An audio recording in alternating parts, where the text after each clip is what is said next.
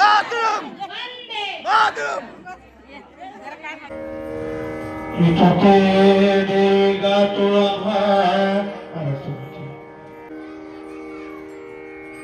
तुझा सारा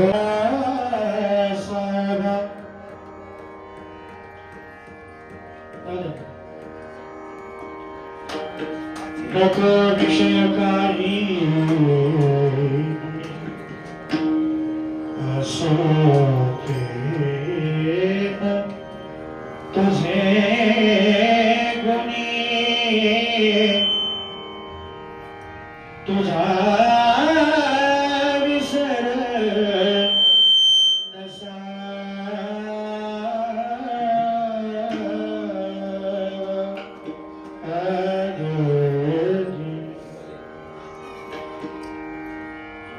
संग साधूचा सावा जन्म जन्मी तुझा दास करी म्हणे शुभता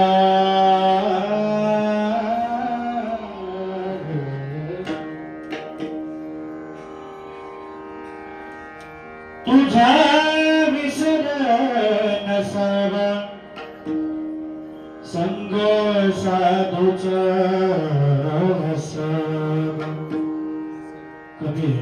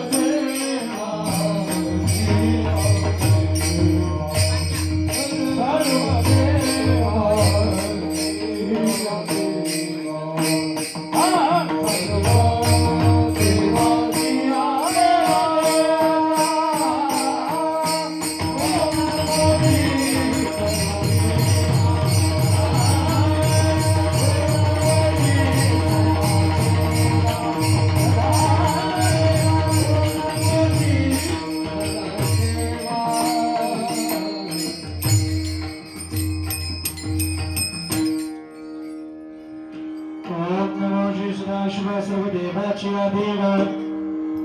श्री गणेशाय नमः श्री गुरुभ्यो नमः जय दयाज सदाशिव परब्रह्मद्वयानंद वैभव नमो तुझ देवादिदेवा परमेश्वर जगद्गुरु आता नमो शक्ति जी जगन्माता पार्वती अत्युला उत्तम गति जीवचियानुग्रह वेदा परशिवा परब्रह्माने नवे तुझा महिमा साकार भवनियाम गुणविसी हेतु इच्छित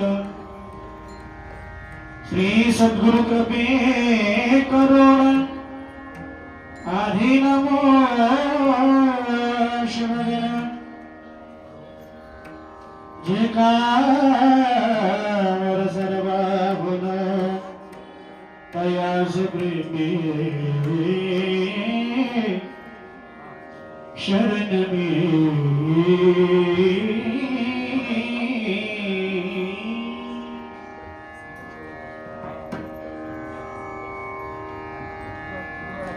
इतके देगा तो भोग सुखी घरी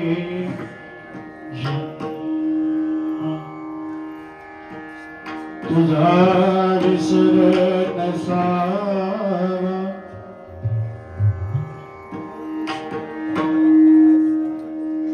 संग साधूचा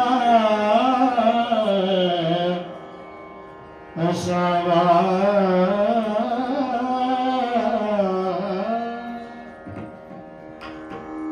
संग साधूचा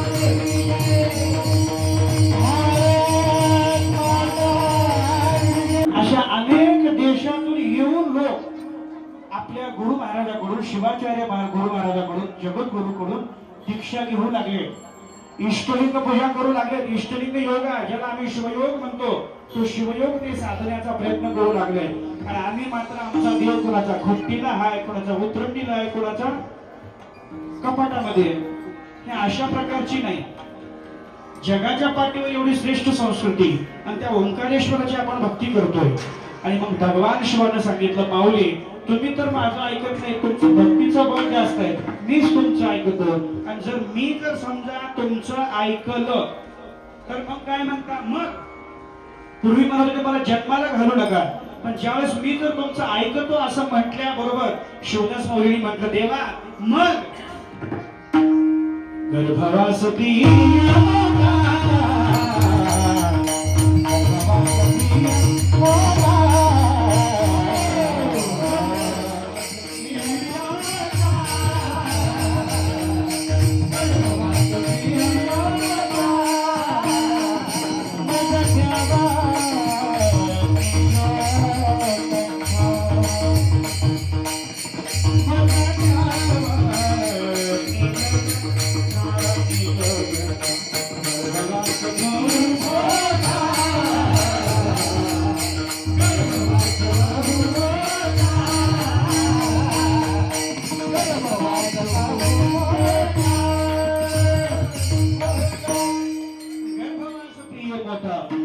गर्भवास प्रिय मोठा माझा देवाने येत नाही रोम नाही माऊली सुद्धा म्हणतात ते माझा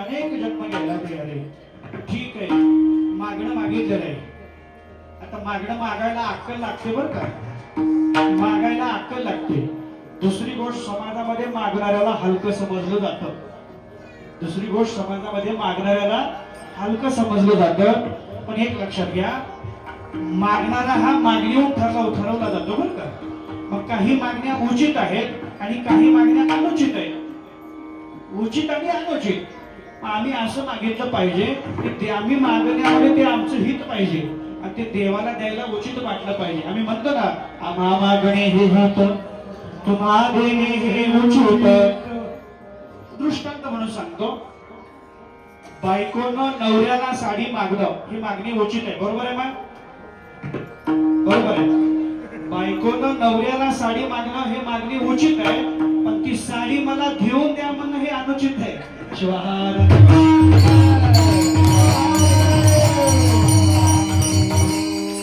तसं काही मागण्या उचित आहेत आणि काही मागण्या अनुचित आहेत. जे उचित आहे ते आम्ही मागावं. भगवान ओंकारेश्वर जर आम्हाला प्रसन्न झाले आणि प्रसन्न झाल्यावर जर आम्हाला माग म्हणून म्हटलं तर आम्ही काय मागू? आपलं मागणं बरं का, आपलं सांगतोय. चिंचची झाड 1 कोट आणि प्रत्येक पानाची 500ची नोट. किती रुपये झाले आपण? चिंचची झाड 1 कोट आणि प्रत्येक पानाची 500ची नोट म्हणलं तर पैसे गणित कळणार नाही आपल्याला किती होतील आपले पैसे. आणि मग संत म्हणतात शे मागणं, आमचं मागणं आणि संतांचं मागणं.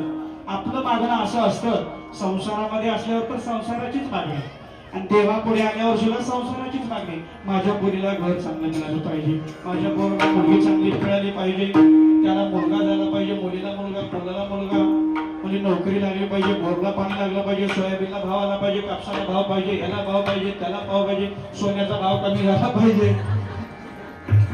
तुमचं आमचं मागणं देवापुढे आल्यावर. संसारामध्ये असल्यावर संसाराचीच मागणी, पण देवापुढे आल्यावर सुद्धा संसाराचीच मागणी. संतांचं तसं नाही.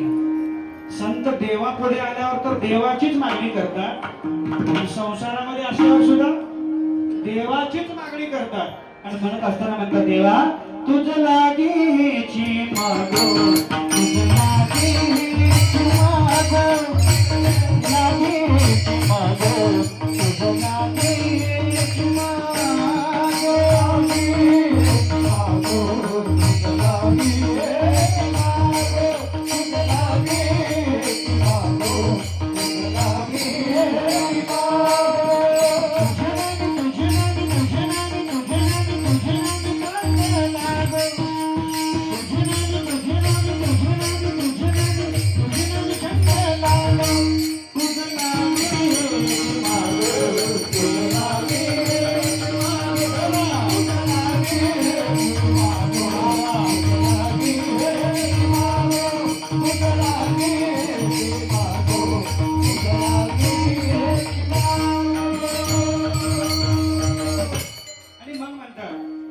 सुखी संसारासी घाली तेई आवडी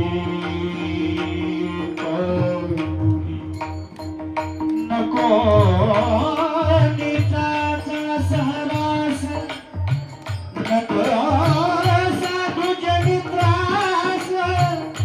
आणि मग म्हणतात नको एकांती लोकांती, नको करणारी संगती. आणि मग म्हणे मन्मथ शिवलिंग देई चरणा पाशी जागा देई.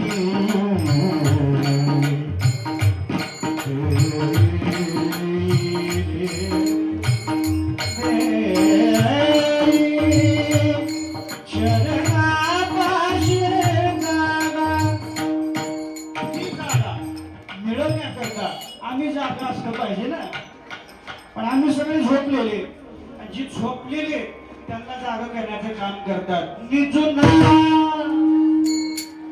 निजू नका, बस जागा जागा जागा जागा म्हणतात. पण आम्ही काय म्हणतो?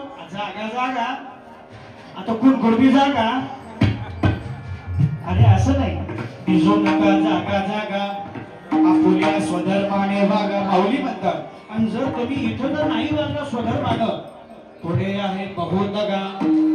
बांगलादेशची परिस्थिती बघितली. बांगलादेश मधल्या हिंदू लोकांना किती त्रास आहे. म्हणून जागे व्हा. आम्ही हम बटेंगे तो कटेंगे, बटेंगे तो कटेंगे. नाही हे वाण्याचं आहे, ते जन्माचं आहे, ते मराठ्याचं आहे, ते तेलाचं आहे, महाराचा आहे, दादोराचा आहे, काही काढायचं असं म्हणू नका बाबा. महात्मा बसवण्णा म्हणतात असं नका म्हणू. सर्वांना एक करा. हा कुणाचा, हा कुणाचा, ऐसेची न म्हणावे. हा आमोचा, हा आमोचा, हा आमोचा, ऐसेची म्हणावे. माणसाला माणूस जोडणं म्हणजे परमार्थ आहे. माणसापासून माणसाला परावृत्त करणं म्हणजे परमार्थ नाही. आणि म्हणून आम्ही जर एक झालो तर आमच्याकडे कोणाची वाकडी नजर करून बघायची हिंमत होणार नाही. यासाठी ज्या राष्ट्रसंतांनी RSS राष्ट्रीय स्वयंसेवक संघाचे ज्या संघाचे द्वितीय सरसंघचालक त्या राष्ट्रसंतांनी हिमालयामध्ये 3 वर्ष आपला सहवास घालवला. 3 वर्ष बगैर अन्नाचा फक्त आणि फक्त कंदमुळाचा आहार घेऊन हिमालयामध्ये ज्या राष्ट्रसंतांनी 3 वर्ष घालवली त्या हिमालयामधून जर खाली आले असतील राष्ट्रसंत का आले असतील तर फक्त आणि फक्त त्यांच्या पूजेचा बेल संपला म्हणून आले. कारण पूजेमध्ये बेल महत्वाचा आहे. मी नंतर सांगेन. बेल संपल्यामुळे राष्ट्रसंत खाली आले आणि मग हे तुमचा आमचा उद्धार झाला. आज आपल्या कपाळावर जे भस्म दिसतंय, आज आपल्या गळ्यामध्ये जे इष्टलिंग दिसतोय तो केवळ राष्ट्रसंत हिमालयातून खाली आले म्हणून बाबांनो अशा संतांची संगत तुम्हाला मिळणं हे अहो भाग्याचं लक्षण आहे. आणि मग ते राष्ट्रसंत त्यांचा 100वा वाढदिवस आणि 100व्या वाढदिवसाला संघाचे सरसंघचालक सध्याचे मोहनजी भागवत यांनी इच्छाच व्यक्त केली. राष्ट्रसंतांचं चरित्र पाहिलं आणि महाराजांच्या राष्ट्रसंत सद्गुरू शिवलिंग शिवाचार्य महाराजांच्या 100व्या वाढदिवसाला मला यायचं म्हणून त्यांनी सांगितलं. इच्छा त्यांनी व्यक्त केली. मोहनजी भागवत यांची भेट घेणं म्हणजे चेष्टा आहे का पत्रकार साहेब, मोदी बोल साहेब? त्यांची भेट घ्यायची भारतातल्या नाही जगातल्या दिग्गज नेत्यांना जर भेट घ्यायची म्हटली तर 2-2, 3-3 वर्ष वेटिंग वर आहेत तरी त्यांची भेट होणं शक्य नाही. आणि त्यांच्या मनामध्ये इच्छा व्यक्त झाली आणि ते 100व्या वाढदिवसाला आले. तो मुआ पाहिला राष्ट्रसंताचा, ती पब्लिक बघितली 100व्या वाढदिवसाला भक्ती स्थळावर. आणि मोहनजी भागवतांनी सांगितलं, महाराज हे जर संप्रदायाचं तुमचं हे वैभव आहे असं म्हणून मला कळलं असता. देवेंद्रला तर मी सोबत आणलंय, देवेंद्रला सोबत आणलंय, पण मी एवढं जर हे माहिती असतं मला अगोदर तर मी नरेंद्रला सुद्धा आणलं असतं म्हणून सांगितलं. हे तुमच्या आमच्या भाग्याचा, तुमच्या आमच्या विजयाचा दिवस तो आहे. आणि मग त्या राष्ट्रसंतांनी कोणी एकट्या दुकट्या समाजासाठी कार्य केलेलं नाही. काही लोक म्हणायचे ते फक्त वैयक्तिक या समाजाचे गुरु आहेत, पण राष्ट्रसंतांचा सन्मान मस्जिद मध्ये झाला. तुम्ही बघा गुरुद्वारामध्ये झाला. प्रत्येक संप्रदायातल्या प्रत्येक समाजातल्या लोकांनी त्यांचा सत्कार केला, सन्मान केला. असं वाटू नये की राष्ट्रसंत हे फक्त विशिष्ट ते राष्ट्रसंत आहे. आणि नंतर जो पुरस्कार दिला कोणता, वसुंधरा रत्न, हा कुठं पुरस्कार दिला? दिल्लीला. आमच्या अहमदपूरचा मठ फक्त महाराष्ट्र, आंध्र, कर्नाटकापुरता मर्यादित नाही बरं का, तो दिल्लीपर्यंत जाऊन पोहोचलेला आहे. आणि तोही पुरस्कार कोणाच्या हस्ते? सध्याचे सरसंघचालक मोहनजी भागवत यांच्या हस्ते. आणि मग मी सांगतोय काय, मागायला अक्कल पाहिजे. आपण इथं होतो पण मागण्या, काही मागण्या उचित आहेत, काही मागण्या अनुचित आहेत. ठीक आहे, आम्हा मागणे हे हित, तुम्हा देणे हे उचित. याच्यासाठी आपण जागा पाहिजे. जागा करण्याचं काम आपल्याला संतांनी केलं. प्रत्येक गोष्टीला अक्कल लागते. अहो किती तुम्ही हुशारीने केलं हे कार्य, एवढं हळूहळू हळूहळू सावकाश सावकाश सावकाश आणि करत करत आज हे स्वरूप हे मिळालेलं आहे महाराज. आणि मग अक्कल लागते. परमार्थ करायला अक्कल लागते, तसं संसार करायलाही अक्कल लागते. भजन करायला सुद्धा अक्कलच लागते बरं का.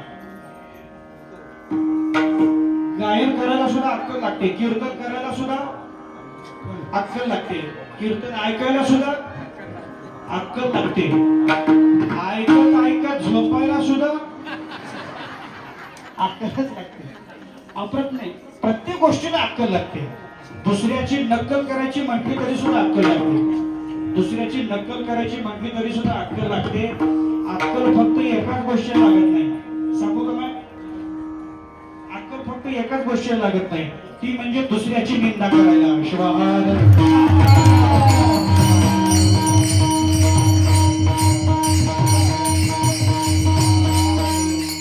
मागायला अक्कल लागते. असं मागणी पण आहे, पण मागत असताना काय मागायला पाहिजे देवाला? आम्ही असं मागावं की आम्ही त्या मागण्याशी मागण्यामध्ये आमचं हित आणि भगवंताला द्यायलाही उचित असावं.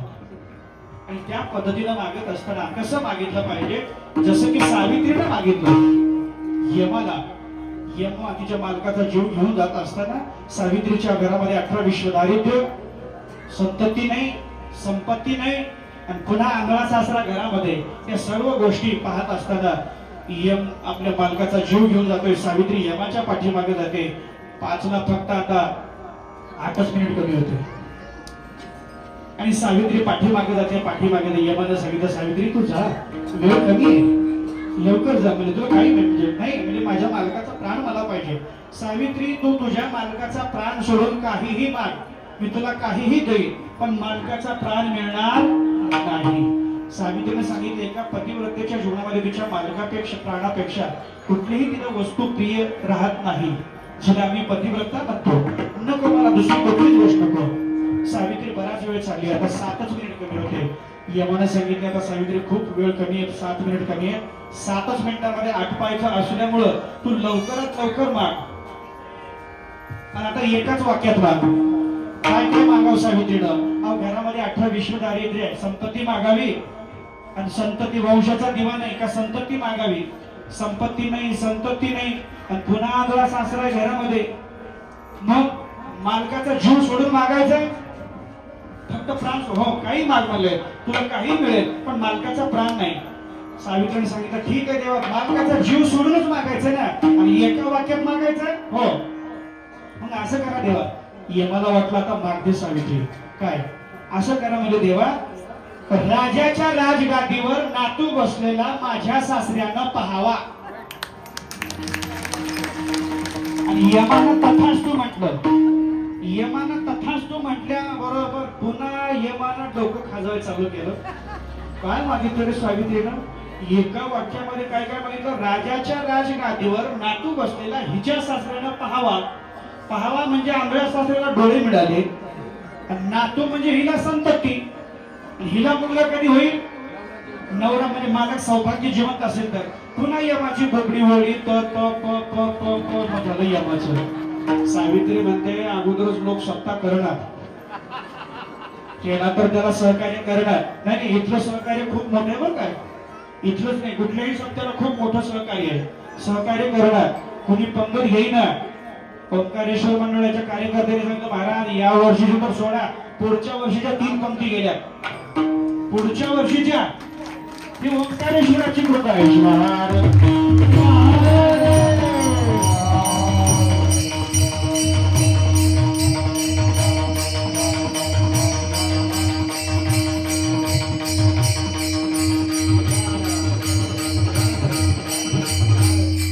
आता जर बोबडी वळली तर जमणार नाही. हे बघितलं आणि यमानं तथास्तु म्हटल्यामुळे द्यावं लागलं. एका वाक्यामध्ये सावित्रीने काय मागितलं? पहावा म्हणजे दृष्टी, नातू म्हणजे हिला संतती, आणि संतती कधी होणार? सौभाग्य जिवंत असेल तर. दृष्टी, संतती, संपत्ती आणि सौभाग्य, हे जसं एका वाक्यामध्ये सावित्रीनं यमाला मागितलं, तसं शिवदास माऊली सुद्धा आता एका वाक्यामध्ये नवे एका शब्दामध्ये म्हणतात, इतुके इतुके देगा तो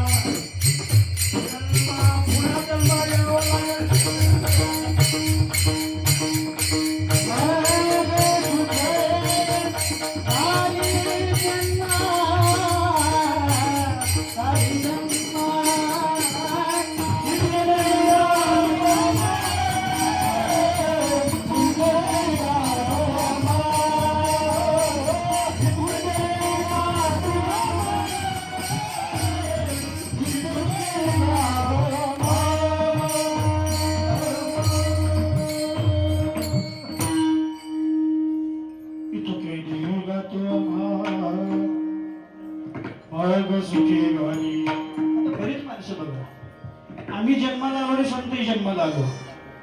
संतांच्या जन्मामध्ये आणि आमच्या जन्मामध्ये काय फरक आहे? आम्हीही मागतो आणि संतही मागतात. तुम्ही आम्ही देवाचं मागतो. शब्द लक्ष देऊ नाही का बरं का? तुम्ही आम्ही देवाचं मागतो. संत देवाचं मागत नाही, देवच मागतात. शिवार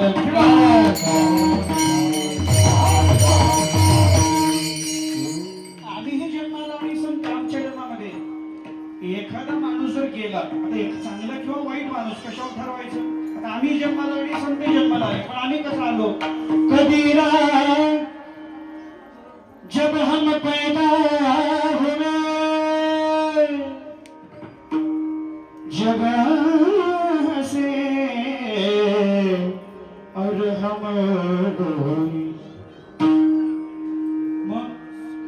ऐसी करनी कर चलो कि तुम हंसो और जग असं काही चांगला किंवा वाईट माणूस कशावर ठरवायचं? एखादा माणूस जर गेला, सगळेच गावातले किंवा राज्यातले लोक जर हळहळ व्यक्त करत असतील, समजायचं तो निश्चित चांगला माणूस आहे. आणि जर एखादा माणूस गेल्याच्या नंतर जर लोक हळ म्हणत असतील, बरं झालं रे गावातली बदला गेली, तर समजायचं तो माणूस कसा आहे. आजची घटना आपली आपले 4-5 दिवस झाले ना, असा दिवस आपल्या राज्याचे उपमुख्यमंत्री अजितदादा पवार यांचं विमान दुर्घटनेमध्ये दुःखद निधन झालं. आणि दुःखद निधन झाल्याच्या नंतर जी बारामतीमध्ये जी गर्दी होती त्या अंत्यविधी सोहळ्याला, कारण आम्ही बऱ्याच जणांकडून ऐकण्यात आलं आम्हाला की त्या माणसानं कधी जातीपातीचं राजकारण केलं नाही आणि तो माणूस विमान दुर्घटनामध्ये आपल्या राज्याचे उपमुख्यमंत्री गेल्याच्या नंतर कितीतरी लोकांना दुःख म्हणजे असंही वेदना अशा झाल्या महाराज बरेच लोक धाय मोकलून रडत होते धाय मोकलून ही कमाई आहे ऐसी करनी कर चलो की तुम हसो और जगत रोये कुणीतरी आमच्यासाठी रडावं असं काहीतरी करा माणसानं दिवसा असं काम करावं रात्री सुखानं झोप लागावं माणसानं दिवसा असं काम करावं रात्री सुखानं झोप लागावं माणसानं आयुष्याच्या पूर्वार्धामध्ये अशी कमाई करावी म्हातारपणी बसून खाता यावं माणसानं आयुष्याच्या पूर्वार्धामध्ये अशी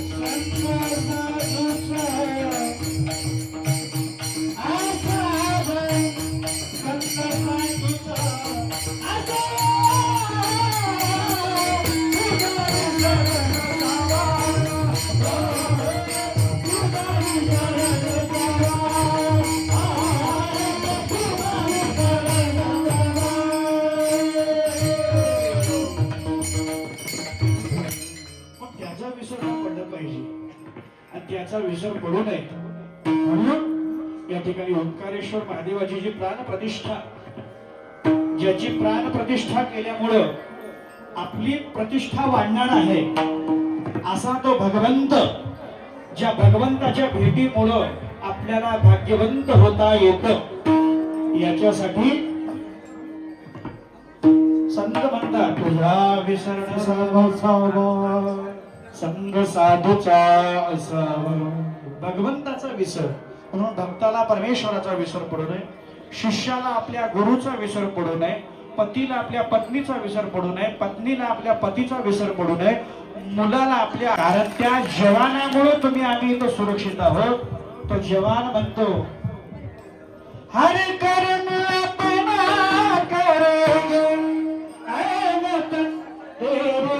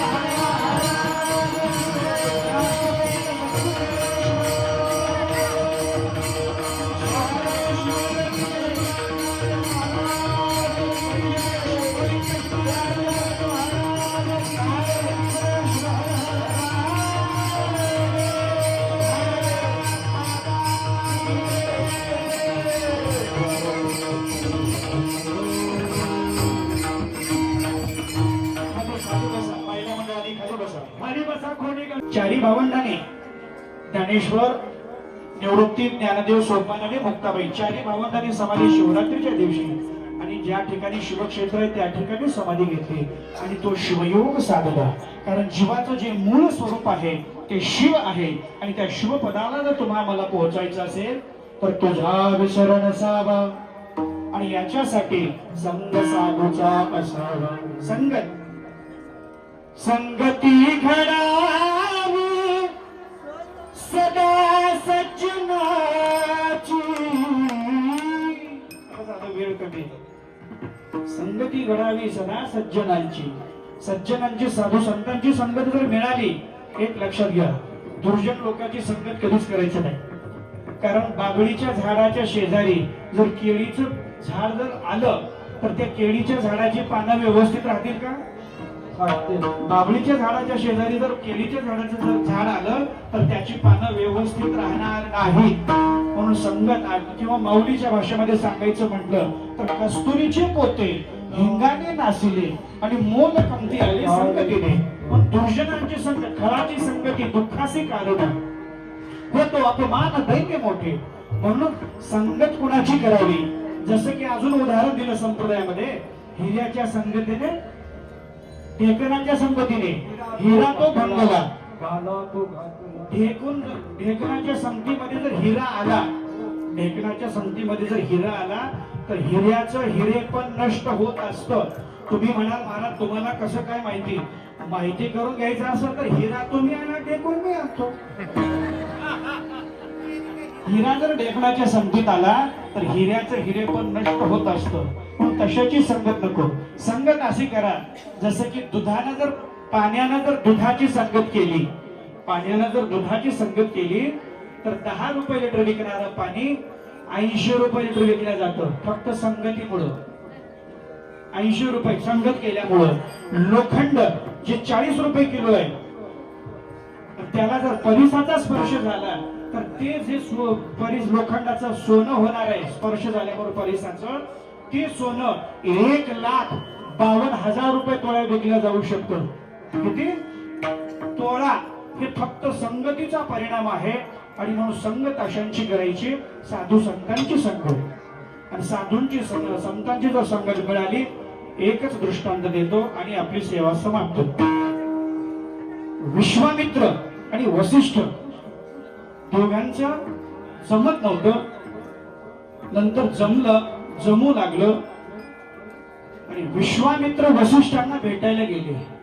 भेटायला गेल्याबरोबर विश्वामित्राने आता मला तर भेटायला तर जातोय पण आता भेट वस्तू काय घेऊन जायची आपण? जसं आपण लग्नामध्ये जातो बघा भेट वस्तू घेऊन, एक साडी द्यायची, दुसरी साडी. म्हणजे हे बंद झालं पाहिजे. भेट द्या, ठीक आहे, काय भेट द्यावी? विश्वामित्रही भेटायला गेले. आता काय भेट द्यायचं? पण त्यांना त्याची जी तपश्चर्या होती, साधना होती, किती वर्षांची होती? 60,000 वर्षांची. त्यांनी काय केलं? 1,000 वर्षाच्या तपश्चर्याचं जे पुण्य होतं ते भेट दिलं. कुणाला? वसिष्ठांना. वसिष्ठांना भेट दिलं. त्यांना त्यांच्या साधनेचा अभिमान होता. पण माऊली म्हणतात जो पाहत असेल गर्विष्ठ आणि त्याची पूजा निष्फळ जाणव देवी म्हणून सांगितलेले माऊलीने परमरसामध्ये. अहंकारानं कुठलेही केलेलं कार्य हे सफल होत नाही. आणि भेटायला निघाल्याच्या नंतर भेटायला गेले आणि वसिष्ठांनी विश्वामित्रांना जर काय भेट द्यायची म्हणून विचारलं, सांगितलं. आता सगळ्यांचं लक्ष लागलं. विश्वामित्रांनी 1,000 वर्षाच्या तपश्चर्याचं म्हणजे पुण्य भेट दिलेलं आहे. आता बघू म्हणजे वसिष्ठ काय भेट देतात. वसिष्ठांनी भेट दिली काय? अर्धपळ संत संगतीचं पुण्य भेट दिलं त्यांना.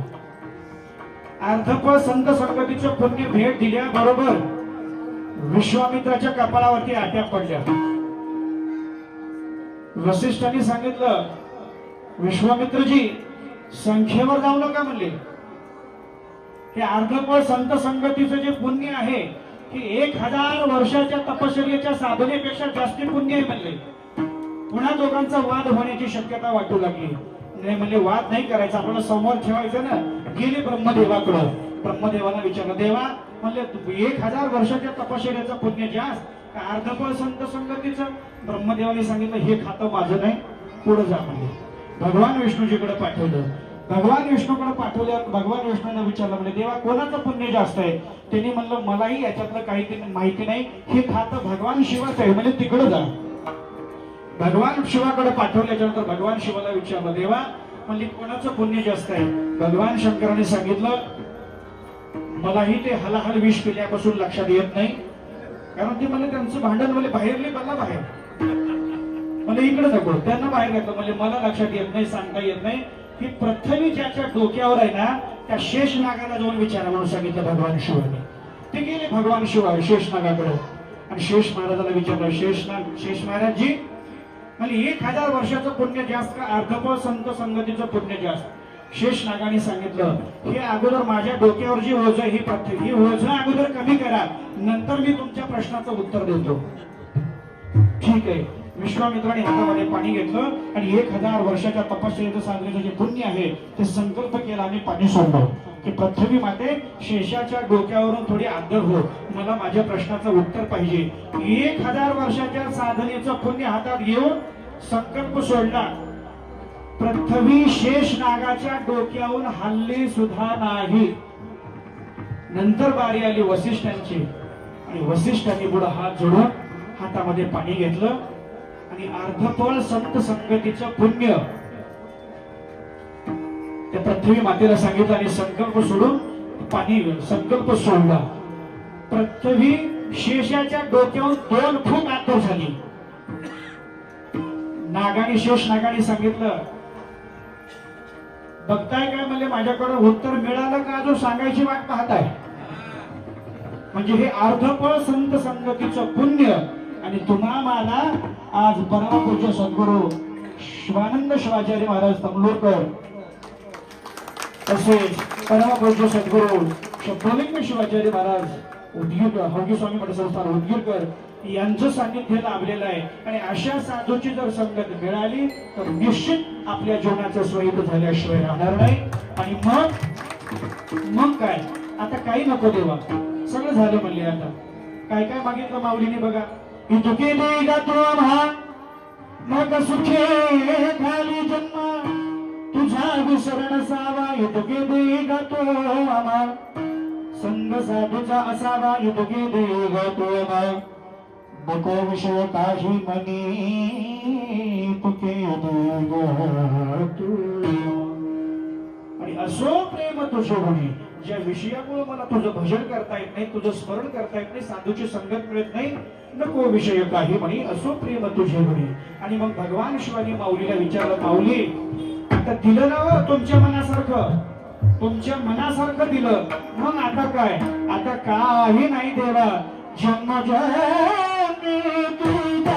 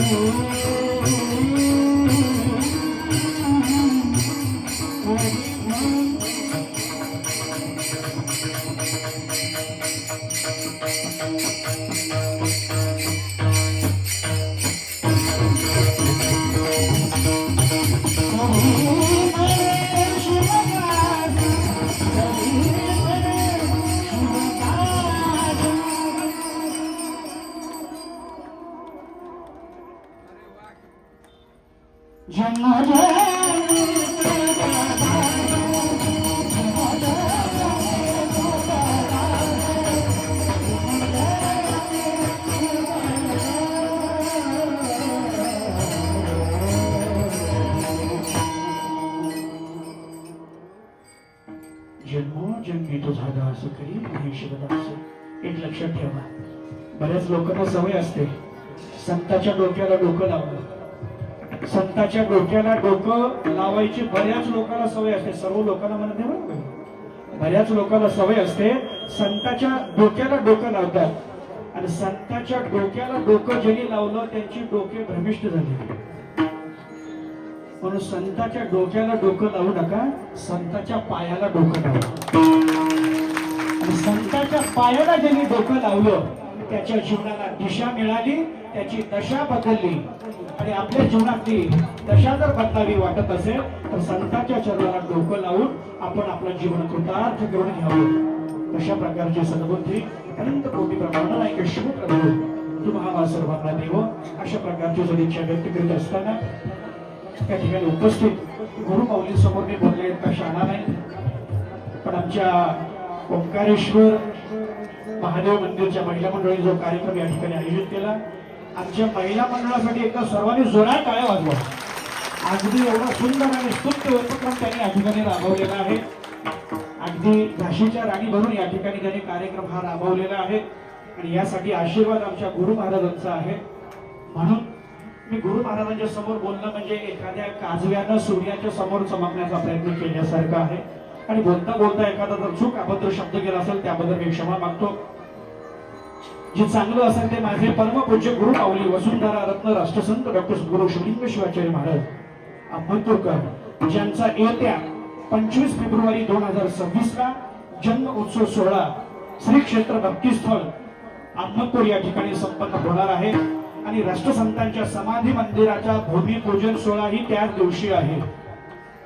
ज्या भूमिपूजनाचा सोहळा अनेक येणार आहे, यासाठी 25 फेब्रुवारी व 24 फेब्रुवारी 2026 ला आपण उपस्थित राहावं अशी सदिच्छा व्यक्त करीत असताना ज्या भगवान ओंकारेश्वर महादेवाची उद्याला प्राणप्रतिष्ठा भगवान नंदीश्वराची ज्या ठिकाणी स्थापना होणार आहे तो उद्याला कलशारोहण उद्याच आहे ना, उद्याला कलशारोहण होणार आहे गुरु महाराजांच्या हस्ते.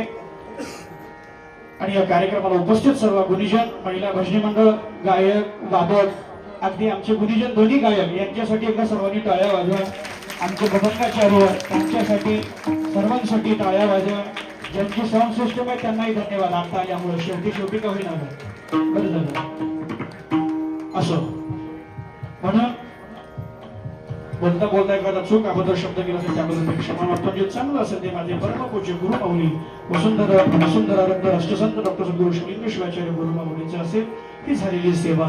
या ठिकाणी उपस्थित सर्व भक्तजन, उपस्थित गुरुवर्य परमपूज्य सद्गुरू शिवानंद शिवाचार्य महाराज तंबलूरकर, मन्मथ बसवादी संत व माझे परमपूज्य गुरु माऊली वसुंधरा रत्न राष्ट्रसंत डॉक्टर सद्गुरू शिवलिंग शिवाचार्य महाराज अहमदपूरकर यांच्या जोडी सेवा समर्पित करून सेवेला पूर्ण केली.